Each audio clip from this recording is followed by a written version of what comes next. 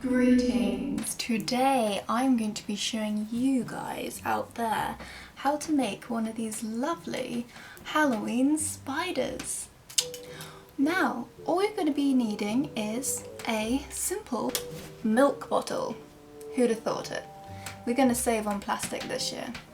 So, this is what the end product is going to look like. First off, what we need to do is make the legs. So I'm going to take the top off the milk bottle and we're going to be cutting 8 legs. So let's cut the milk bottle in half.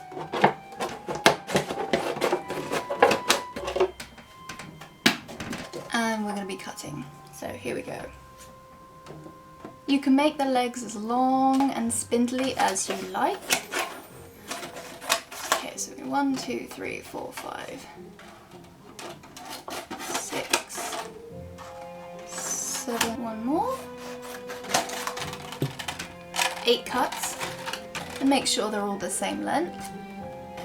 Now you just want to cut just above those slices along like this, if you can see, so it makes like a fringe. Here we go, so it should look like that. From this, we want to cut it in half, so 4 on each side.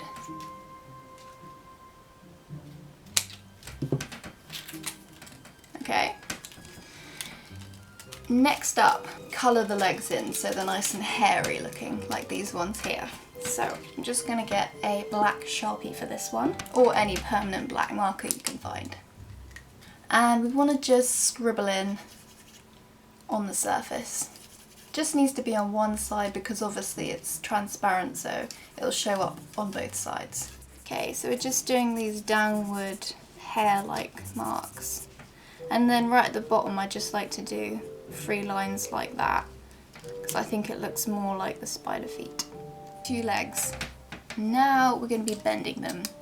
So as you can see, I've done it on this one, just to give it that real lifelike appearance. Otherwise it's just going to be flat like that, and you could have it like that if you want, if as a simple option. But what I'm going to do is bend at the top. Milk bottles are great, they really hold their shape when you bend them. Bend at the knees, and finally bend at the feet, just like that. And then do exactly the same on the other one. Okay, so that's the legs done. Now let's move on to the body. And that is just made out of the cap of your bottle. Okay, so as you can see, it's a blue colour, not quite fitting with what we want. Basically the only way that I could think that could make it change colour without using spray paint and still have that hairy kind of texture. So what I did, you know those labels, those sticky labels that you have for posting things?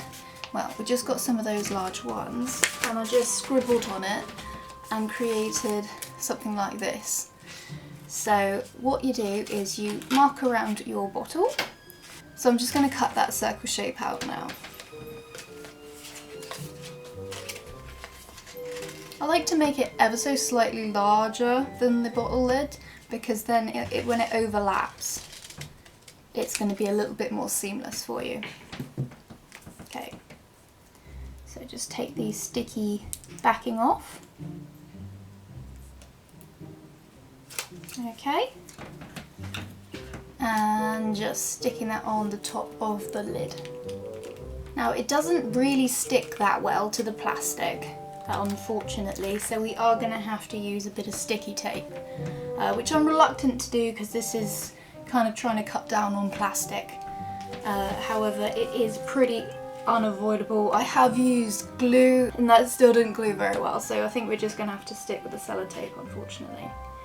But hopefully you'll make it so well that you'll bring it out every single year and you'll get a lot more life out of that plastic than it being in a landfill somewhere, right? So for the sides around the edge of the bottle, I'm just cutting strips like this. And yet again, taking the backing off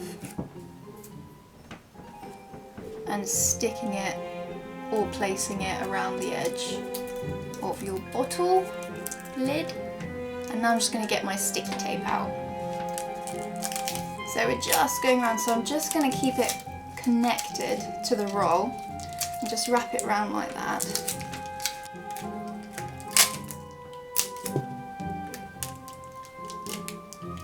Okay, wrapped it around the edge, and I'm just tucking it underneath. And on top.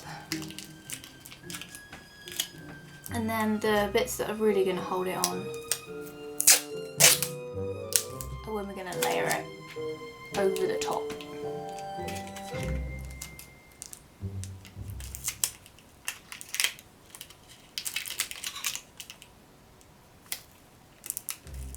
Okay, so I've covered the lid with paper and the sellotape. Okay, so body done. Next we're going to be attaching the legs to the body. So what we need for that is a nice sharp implement. I have this rather large skewer which is going to do just the trick. So we're going to get the legs and we're going to layer them on top of each other. Just show you that again, so like that on top where the body is. And I'm going to make 2 holes, much like a button. Okay, all the way through. Try and make it central, just so the spider hangs evenly. Okay, so you've gone through both layers twice. Okay. Now I'm just going to get some wire to get it all together. I've just got this very fine florist wire, but any wire will do as long as it's not too thick. Okay, so just going to line up the holes again, okay, and then push it through the hole, then bend the wire in half and push it through the other hole like you're threading a button. Okay, just show you there. The wire loop, if you can see, hopefully. You see the wire loop there going through. And what we'll do now is I'm going to twist the loop on top to secure it in place so it can be used as a hanger. So just twist it round. That can be as big or as small as you like, but for this video I'm making it big just so you can see what I'm doing. Okay, can you see the loop there? And then underneath I'm twisting again on the other side as well. And that's securing it from the other side. And then you're left with 2 pointy bits which you just trim down. Okay, and then you could just bend it back on itself. So it's starting to take shape. Next up, I'm going to be covering up the blue on the bottom because when it's hanging you're going to see the bottom of the spider, so it's a good idea to cover that up. So for that I'm going to do it in exactly the same way as I did the top. I'm just going to use some of this paper that I've coloured in, make a large circle and yeah, cut it out. So I'll just do that now. Okay, I've got my circle. Now I'm just going to take the back off again, and this is slightly bigger than the bottle top once more. Just going to turn the spider over. And I'm not going to push it into the hollow, just keeping it nice and flat and sticking down the edges as best as I can. And then I'm going to have to go over it again with some sellotape once more. Okay, so that is the main framework. Now we're going to do some detail. We want to put some eyes on this guy. So I've done some more drawing on my stickers. So I've done these ones here. So we've obviously got 8 eyes, a leg so... Is it going to focus? Yeah, there you go. Right, backing taken off again. And you want to stick that. And there you go, got some eyes. Okay, so to do the fangs, I just got any piece of paper. You can use the sticker, or you could just use some paper from your waste paper basket. Alright, just that kind of shape there. And then just get some acrylic red paint. Put it on a brush. don't saturate it, just kind of without the water, just kind of, you want to make it rough and ready so it looks kind of splattered. Doesn't matter if you go over the edge because we're going to be cutting this out in a minute. Here's one I did earlier. There we go. Right, so I'm just going to cut those out. And there's our two little fangs. Right, now, back with the sellotape. Just take off about that much, don't need much.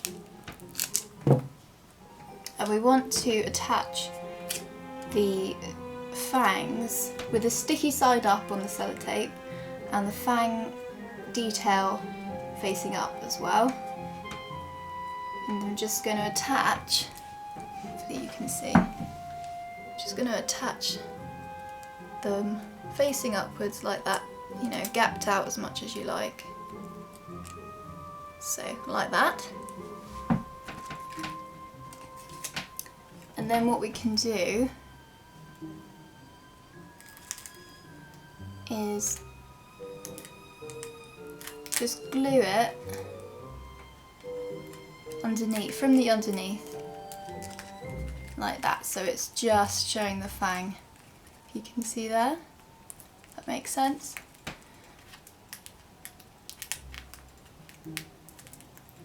Like that.